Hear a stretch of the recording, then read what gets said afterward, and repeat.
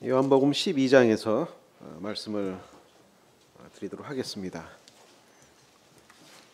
요한복음 12장을 보시면은 베다니에서 마리아가 향유 옥합으로 예수님의 장례를 준비한 특별한 섬김을 받으시고 그 다음에 예루살렘으로 입성을 하시죠. 나귀를 타고 입성을 하십니다. 그런 예수님의 모습을 볼 수 있고요. 예수님께서는 예언된 왕으로 입성을 하십니다. 메시아이신 예수님께서 십자가의 구속의 사역을 앞두고 받으실 고난과 영광을 이렇게 내다보는 그런 장입니다.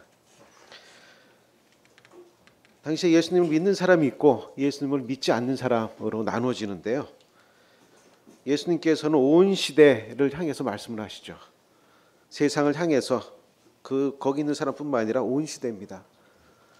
구원이 있고 심판이 있다라고 말씀을 선포하시고 그 다음에 믿음을 촉구하십니다. 요한복음 12장 1절로 3절입니다. 유월절 엿새 전에 예수께서 베다니에 이르시니 이곳은 예수께서 죽은 자 가운데서 살리신 나사로가 있는 곳이라. 거기서 예수를 위하여 잔치할새 마르다는 일을 하고 나사로는 예수와 함께 앉은 자 중에 있더라. 마리아는 지극히 비싼 향유 곧 순전한 나드 한 근을 가져다가 예수의 발에 붓고 자기 머리털로 그의 발을 닦으니 향유 냄새가 집안에 가득하더라. 만약 우리가 요한복음 12장으로 곧장 왔다면은 이 베다니의 삼남매에 대해서 별로 특별한 점을 발견하지 못했을 겁니다. 그러나 우리가 이미 요한복음 11장에서 보았죠. 요한복음 11장에 보면은 주는 그리스도시요 세상에 오신 하나님의 아들입니다. 마르다가 이렇게 신앙 고백을 했죠. 나사로야 나오너라 이렇게 얘기할 때 죽은 나사로가 부활해서 무덤에서 저벅저벅 걸어서 이렇게 나왔습니다. 요한복음 11장 2절에 보면은 마리아는 향유를 주께 붓고 머리털로 주의 발을 닦던 자요. 11장인데 12장에 있는 내용을 가져와서 이렇게 마리아를 소개를 합니다.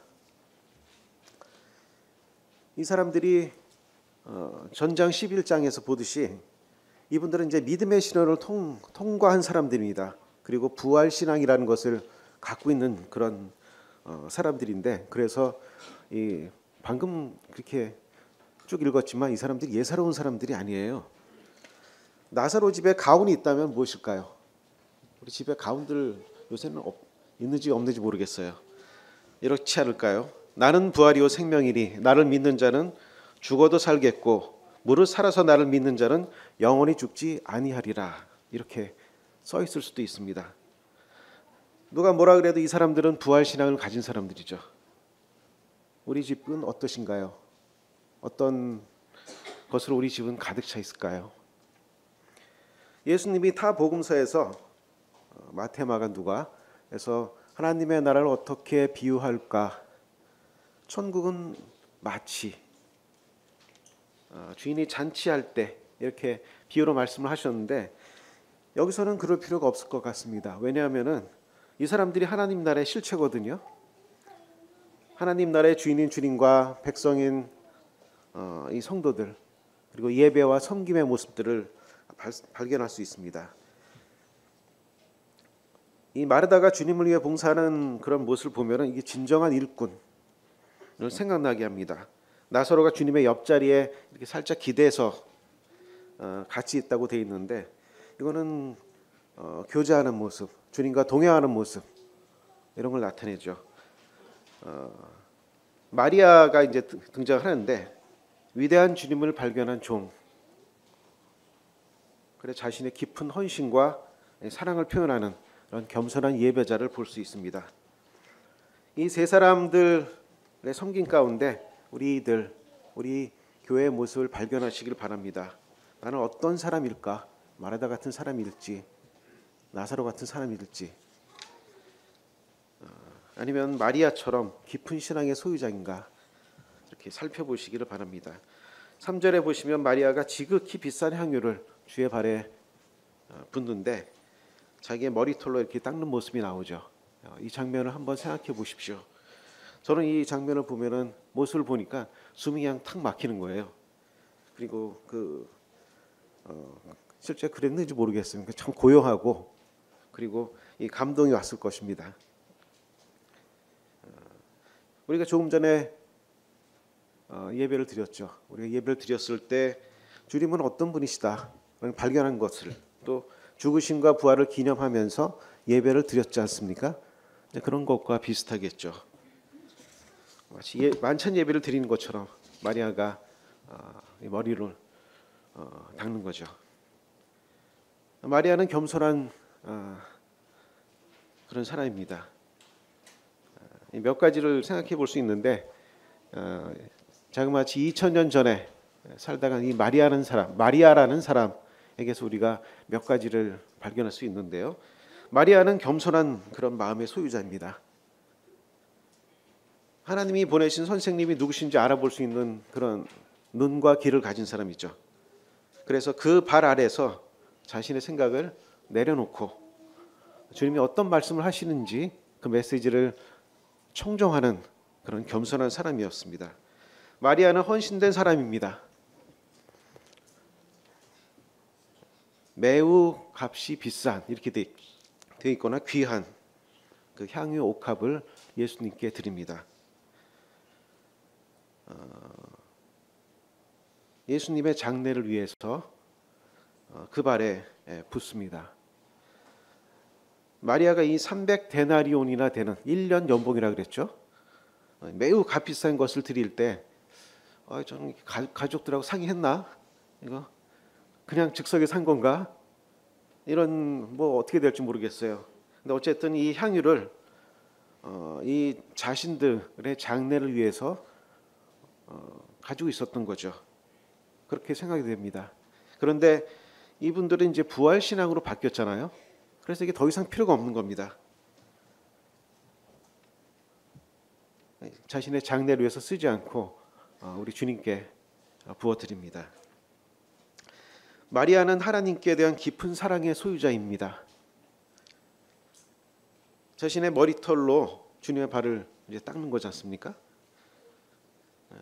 그 향기가 닦을 때 향기가 온 가득했는데 성육신하신 하나님의 아들을 당신이 성육신하신 하나님의 아들이십니까? 하고 이제 발을 닦는 거죠. 그리고 그분께서 자신의 집을 찾아오셨단 말입니까? 발을 닦고 있습니다. 그리고 오라버니가 죽었는데 그 죽은 오라버니를 부활하게 하신 그런 분이십니까? 이렇게 발을 머리털로 닦으면서 그 은혜와 그리고 감사와 사랑의 마음을 표현했습니다. 이 향유의 냄새가 온 방 안에 가득했는데 이거는 그 의미하는 바가 상당히 있죠. 향기가 잘 퍼졌다. 이러려고 쓴 거 아니잖아요. 마리아의 사랑이 바라는 그 신앙의 향기를 의미하죠.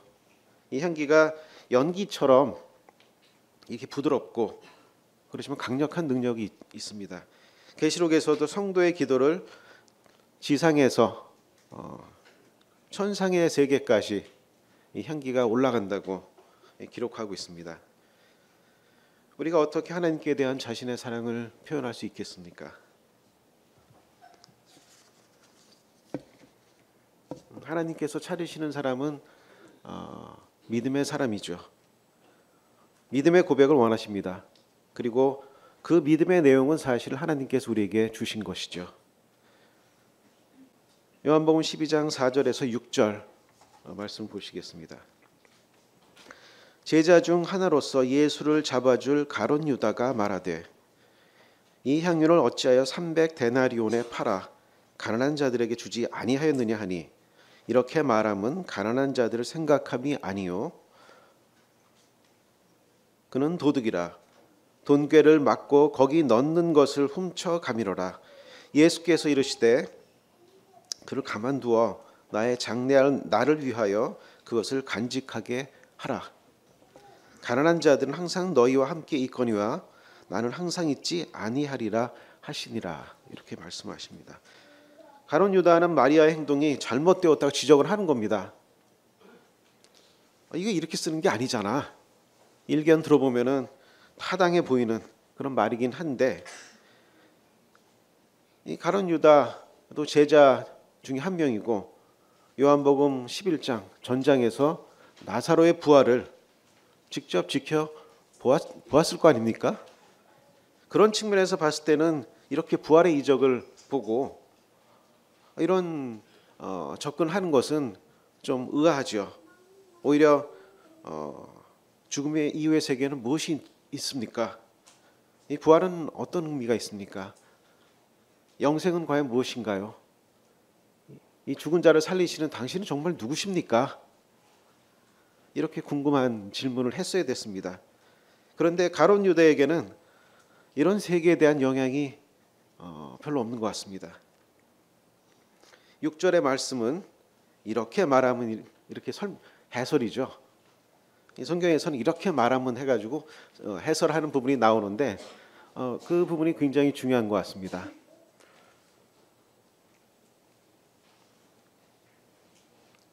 이 해설에서 가룟 유다의 실체를 보여주는 말씀입니다. 실제 가룟 유다의 생각은 가난한 자들을 위해서 쓴다는 그런 명분으로 이 300데나리온이나 되는 돈을 돈꾀에 집어넣고 자신을 위해서 일부를 사용하는 거죠. 티나지 않게. 이의 실체는 도둑이었습니다. 그리고 나중에 이 사람은 예수님을 돈을 받고 파는 배신자의 길을 가게 됩니다. 도둑이요 배신자이죠. 예수님께서 마리아를 그냥 가만둬라. 나의 장례할 날을 위하여 그것을 간직하게 하라고 하시는데, 문자대로 보면은 향유를 팔아서 구제를 하는 게 아니고 보관하였다가 예수님의 장례를 위해 사용하라는 것입니다. 마가복음 14장 8절에 보면 나의 장례를 위해 미리 준비한 것이라고 해석을 해주셨습니다. 장례에 대해서는 실제 요한복음 19장 38절과 40절에 나오는데요. 아리마대 사람 요셉은 예수의 제자이나 요한복음 19장 38절이죠. 유대인이 두려워 그것을 숨기더니 2일 후에 빌라도에게 예수의 시체를 가져가기를 구하매 빌라도가 허락하는지라. 이에 가서 예수의 시체를 가져가니라. 일찍이 예수께 밤에 찾아왔던 니고데모도 모략과 침향 섞은 것을 100리트라쯤 가지고 온지라. 이에 예수의 시체를 가져다가 유대인의 장례 법대로 그 향품과 함께 세마포로 쌌더라. 아리마대 요셉과 니고데모가 장례를 치릅니다. 이들 제자들이 열성적으로 주님을 따른 그런 사람 같지는 않은데 유대인을 두려워해서 믿음을 숨겼던 사람입니다. 당국의 시선이 두려워서 밤에 예수님을 찾아왔던 사람이죠. 이전에 자신의 입장을 분명히 합니다. 그리고 믿음과 용기를 가지고 당당히 시체를 요구하죠. 그리고 모략과 침향을 가지고 세마포로 장례를 치릅니다. 당시 예수님의 시체는 얼마나 처참했겠습니까? 마가복음 14장 8절에 그는 힘을 다하여 내 몸에 향유를 부어 내 장례를 미리 준비하였느니라. 아리마대 요셉, 니고데모 그리고 마리아가 예수님의 구속의 사역에서 장례를 담당합니다. 요셉과 니고데모는 죽은 후에 마리아는 죽기 전에 예를 다했습니다. 예수께서 가룟 유다의 질타에 대해 마리아를 대변해 주셨지만 우리가 이 구절을 보시면 아시듯이 가룟 유다가 가지고 있는 세계관 그리고 마리아의 부활 신앙이 충돌하는 곳이죠. 마리아가 주님의 구속 사역을 위해서 향유 옥합을 깨어 부쉈는데 가룟 유다는 이거는 사회 경제적인 효용성, 돌봄이 더 가치 있다고 주장을 합니다. 마리아는 그 발치에라도 앉아서 듣기를 택하지만 가룟 유다는 예수님의 말씀이 잘 들어오지를 않습니다. 마리아는 주님이 하시는 말씀이 신앙관이죠. 그리고 세계관인데 가룟 유다는 자기 자신 속에서 진리를 발견하고 세계를 구축하고 있습니다. 마리아가 자신의 절절한 마음을 주님께 다 드러내죠. 가룟 유다는 그럴듯하게 포장해서 도둑질과 끝내는 배신자의 길을 가죠. 그때까지 자신의 마음은 숨겨져 있습니다. 마리아는 그리스도와 연합하여 신앙이 성장하고 성숙하는 그런 모습입니다. 마태복음 7장 25절에 비가 내리고 창수가 나고 바람이 불어 그 집에 부딪히되 무너지지 아니하나니 이는 주추를 반석 위에 놓은 까닭이요. 반면에 가룟 유다는 세상과 연합한 것입니다. 그래서 그럴듯하게 포장하고 이 세상 위에서 자신의 가치관을 세워갑니다. 마태복음 7장 27절에 비가 내리고 창수가 나고 바람이 불어 그 집에 부딪힘에 무너져 그 무너짐이 심하니라. 그의 삶은 무너져 버리게 되죠. 가룟 유다는 예수님과 3년간을 같이 다녔지만 예수님께 아무것도 얻지를 못했습니다.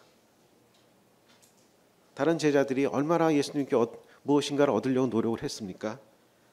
가룟 유다는 인간의 타락과 해결을 받아들이지 않았습니다. 자신이 모든 것을 좀 어떻게 해보려고 했던 것 같습니다. 영생의 말씀에 관심이 없던 가룟 유다가 세상의 가치관에 휘둘려서 결국 예수님을 배신하는 그런 길을 걷게 됩니다. 요한복음 13장 2절 바로 다음 장이죠. 시작하면 이렇게 나옵니다. 마귀가 벌써 시몬의 아들 가룟 유다의 마음에 예수를 팔려는 생각을 넣었더라. 우리가 믿는 기독교 신앙은 인간이 구원을 위해 할 수 있는 게 없다고 하십니다. 마태복음 19장 26절에 예수께서 그들을 보시며 이르시되 사람으로서는 할 수 없으나 하나님께로서는 다 하실 수 있느니라 라고 말씀을 하십니다.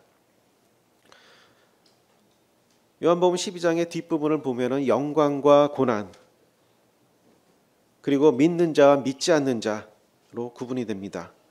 예수님을 믿는 자들의 특징은 한결같아요. 그들은 예수님을 찾아옵니다. 그분의 음성을 듣기 위해서 오는 거죠. 어떤 말씀을 하실까?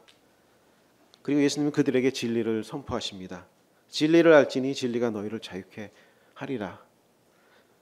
요한복음 12장 20절에서 26절에는 헬라인들이 등장하는데 헬라인은 그리스 사람들이죠. 지금으로 봤을 때는요. 그리스 지역에 살던 사람들 아마 터키와 그리스 이 정도로 생각이 됩니다. 20절부터 26절 명절에 예배하러 올라온 사람 중에 헬라인 몇이 있는데 그들이 갈릴리 벳세다 사람 빌립에게 가서 청하여 이르되 선생이여 우리가 예수를 배웁고자 하나이다 하니 빌립이 안드레에게 가서 말하고 안드레와 빌립이 예수께 가서 여쭈니 예수께서 대답하여 이르시되 인자가 영광을 얻을 때가 왔도다. 내가 진실로 진실로 너희에게 이르노니 한 알의 밀이 땅에 떨어져 죽지 아니하면 한 알 그대로 있고 죽으면 많은 열매를 맺으니라.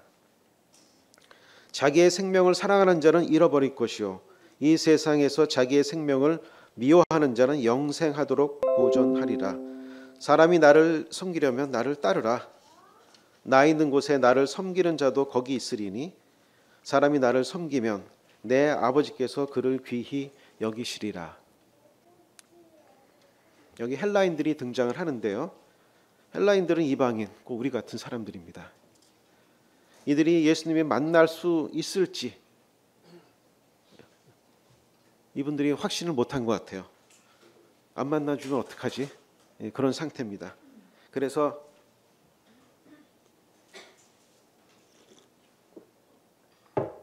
빌립에게 아주 겸손하게 선생이라는 호칭까지 써가면서 부탁을 합니다. 빌립 선생님하고 부탁하는 거죠. 근데 빌립도 확신할 수가 없어가지고 안드레에게 부탁을 하죠. 도움을 요청합니다.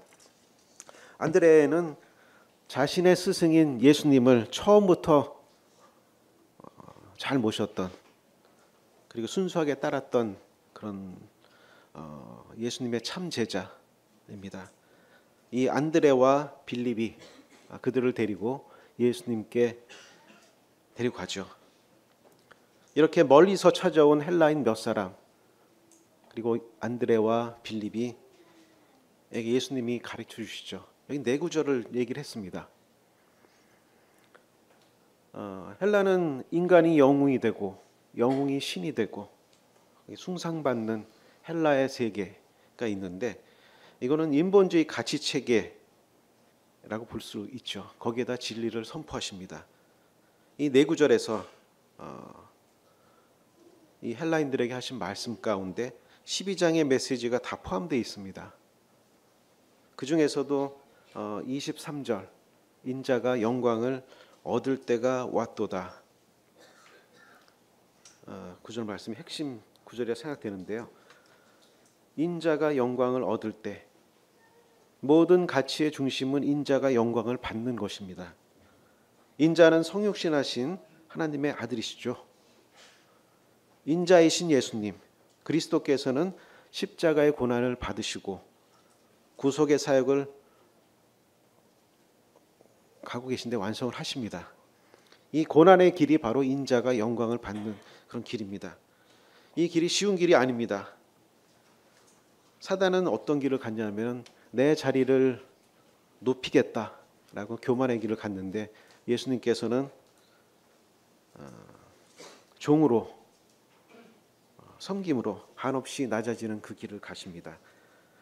27절에 보시면은 지금 내 마음이 괴로우니 무슨 말을 하리요. 로마서 13장 아버지여 나를 구원하여 이 때를 면하게 하여 말씀을 주옵소서. 그러나 같이 내가 읽을 수 이를 있습니다. 위하여 이 때에 왔나이다. 28장에서 참 이 숨막히는 구절이 두 가지가 있다면은 마리아가 발을 닦을 때, 또 한 구절이 있다면 지금 27절이겠죠. 지금 내 마음이 괴로우니, 이건 예수님이 하시는 말씀입니다. 이 적막함이 느껴지죠. 고난의 길이 주는 괴로움을 토로하고 계십니다. 이렇게 위대하고 고결한 고민을 우리가 해보셨나요? 예수님은 하나님의 아들이 성육신하신 인자이십니다. 무죄하고 완전한 인간이지만 또 12장 앞에서 봤듯이 마리아의 마음을 아시고 그 감격을 같이 공유하시는, 공감하시는 그런 분이시고, 또 고통을 생각할 때 이 마음이 괴로우신 분이십니다. 그런데 인자는, 이 인자의 의지는 강철과 같습니다. 그러나 내가 이를 위하여 이때에 왔나이다 하고 말씀하시기 때문입니다. 그 다음 절인 28절에 보시면은 아버지여 아버지의 이름을 영광스럽게 하옵소서 하시니,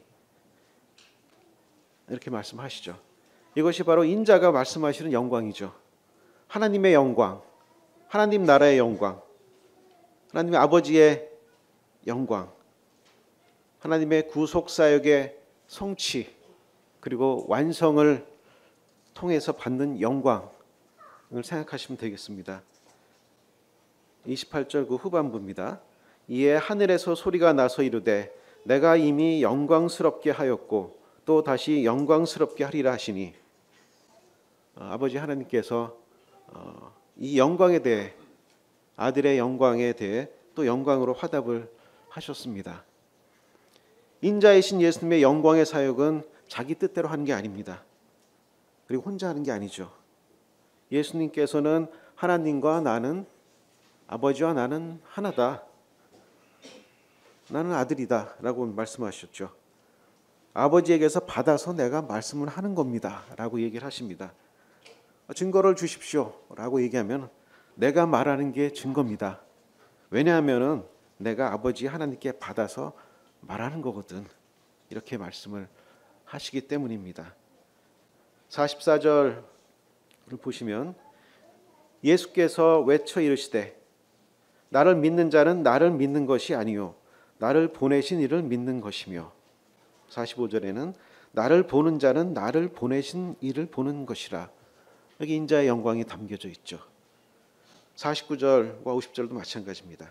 내가 내 자의로 말하는 것이 아니요 나를 보내신 아버지께서 내가 말할 것과 이를 것을 친히 명령하여 주셨으니 50절에 나는 그의 명령이 영생인 줄 아노라. 그러므로 내가 이르는 것은 내 아버지께서 내게 말씀하신 그대로 하시니라. 이것도 인자의 영광입니다. 마르다 전장에 이제 마르다가 신앙 고백을 했는데 그건 참 얼마나 멋지고 영광스러운 고백일까요? 주여 그러하외다. 주는 그리스도시요 세상에 오시는 하나님의 아들이신 줄 내가 믿나이다. 이렇게 고백을 하지 않습니까? 이제 영광의 사역이 종교를 향해서 나아가고 있습니다. 어린 나귀를 타고 예루살렘 성에 겸손하게 입성하는데 예수님의 영광의 사역이죠. 그것을 제자들은 잘 몰랐어요.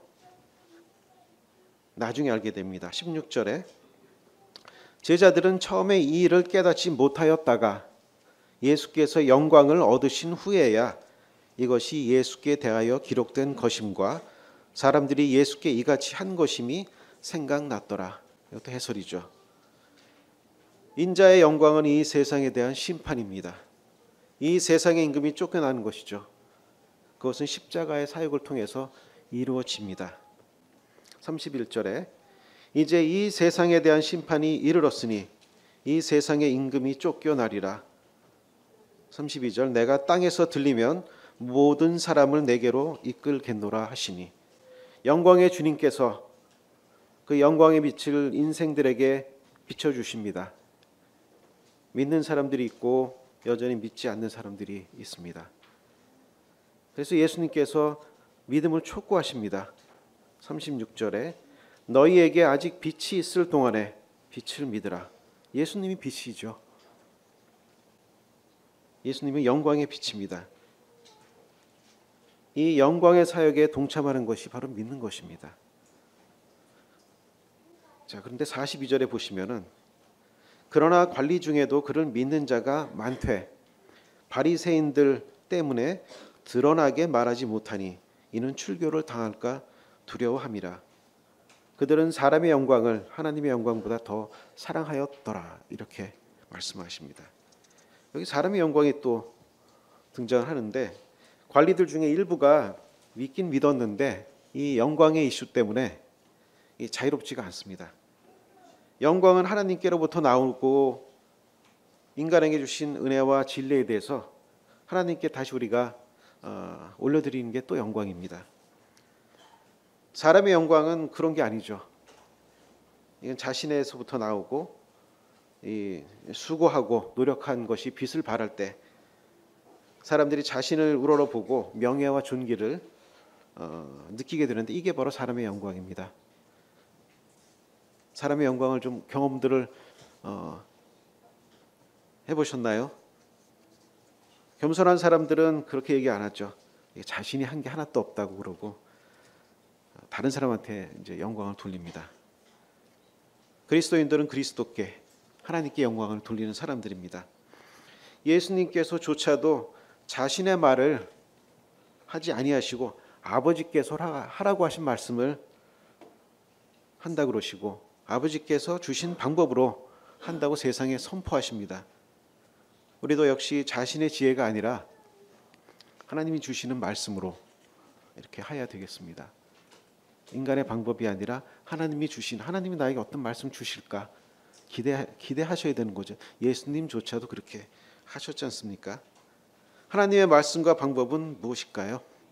다시 24절과 25절, 26절로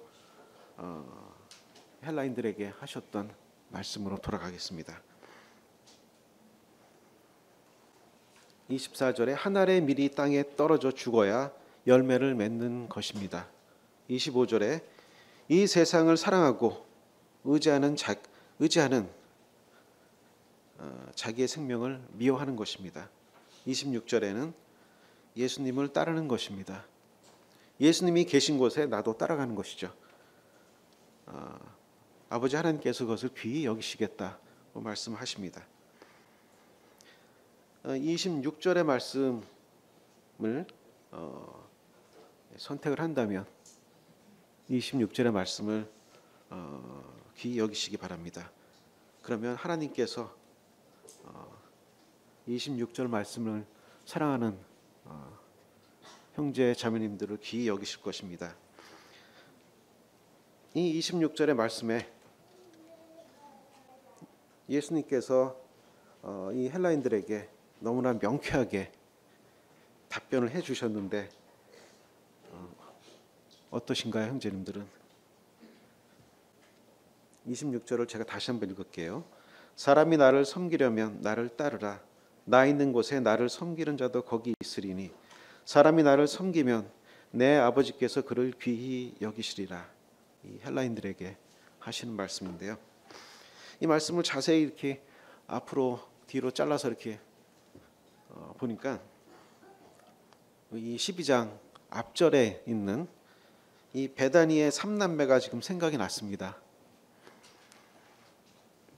그들은 예수님을 섬기는 사람들입니다. 마르다하고 마리아가 예수님을 수종을 들지 않습니까? 그들은 예수님을 따르는 사람들입니다. 나사로가 예수님과 함께 동행하고 함께 식사하고 교제를 하죠. 예수님의 음성을 듣죠. 그들은 예수님이 계신 곳에 같이 있는 사람들입니다. 마리아는 그 발밑에 있지 않습니까? 항상 그 밑에 있어요. 그들은 하나님의 귀히 여김을 받는 사람들입니다. 예수님께서 본래 이들을 사랑하셨다고 말씀을 하셨습니다. 이렇게 보니까 마리아, 마르다, 나사로가 사실 굉장히 친근해 보이시죠? 저만 그런가요? 어떠십니까? 예. 이분들이 이렇게 자연스럽게 예수님을 따릅니다. 이 바울이 하라 그러면 좀 부담이 될 텐데 이분들은 그렇게 하고 있잖아요. 이분들도 하는데 우리 못할 게 없잖아요.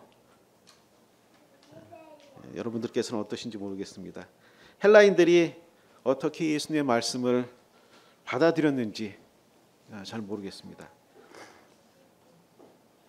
이 헬라인들에게 말씀하셨던 것처럼 우리 주님께서 우리들에게도 하나님의 아들의 영광에 참여하라고 초청을 하십니다. 이 세상과 자신을 위해 살라는 세상의 가치관과는 반대의 길이죠. 하나님의 나라와 우리 주 예수님을 위해 살라 그러시죠. 이게 인자가 영광을 받으시는 것이라고 말씀을 하십니다. 말씀을 정리하도록 하겠습니다. 하나님 나라의 신앙은 자신 속에서 발견되고 거기서 구축하는 그런 세계관이 아닙니다. 하나님 나라의 신앙은 하나님이 연계가 되어야 돼요. 주님과 연합하는 겁니다. 그 가운데에서 성장하고 세워지는 것이죠. 우리 주님조차도 아버지 하나님과 연합 가운데서 영광스러운 구속의 사역을 담당을 하셨습니다. 인자가 영광을 얻을 때가 왔다는 우리 주님께서 우리에게 물으시죠. 사람이 나를 섬기려면 나를 따르라. 나 있는 곳에 나를 섬기는 자도 거기 있으리니 사람이 나를 섬기면 내 아버지께서 그를 귀히 여기시리라. 요한복음 12장 26절 말씀입니다. 우리 성도님들께서도 올 한 해 주님을 따라가는 제자의 삶을 사시기를 바랍니다. 주님과 동행하는 친구의 삶을 사시기를 바랍니다.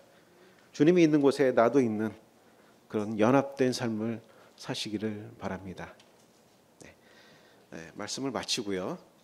찬송가 84장 1절과 2절을 같이 찬양하겠습니다.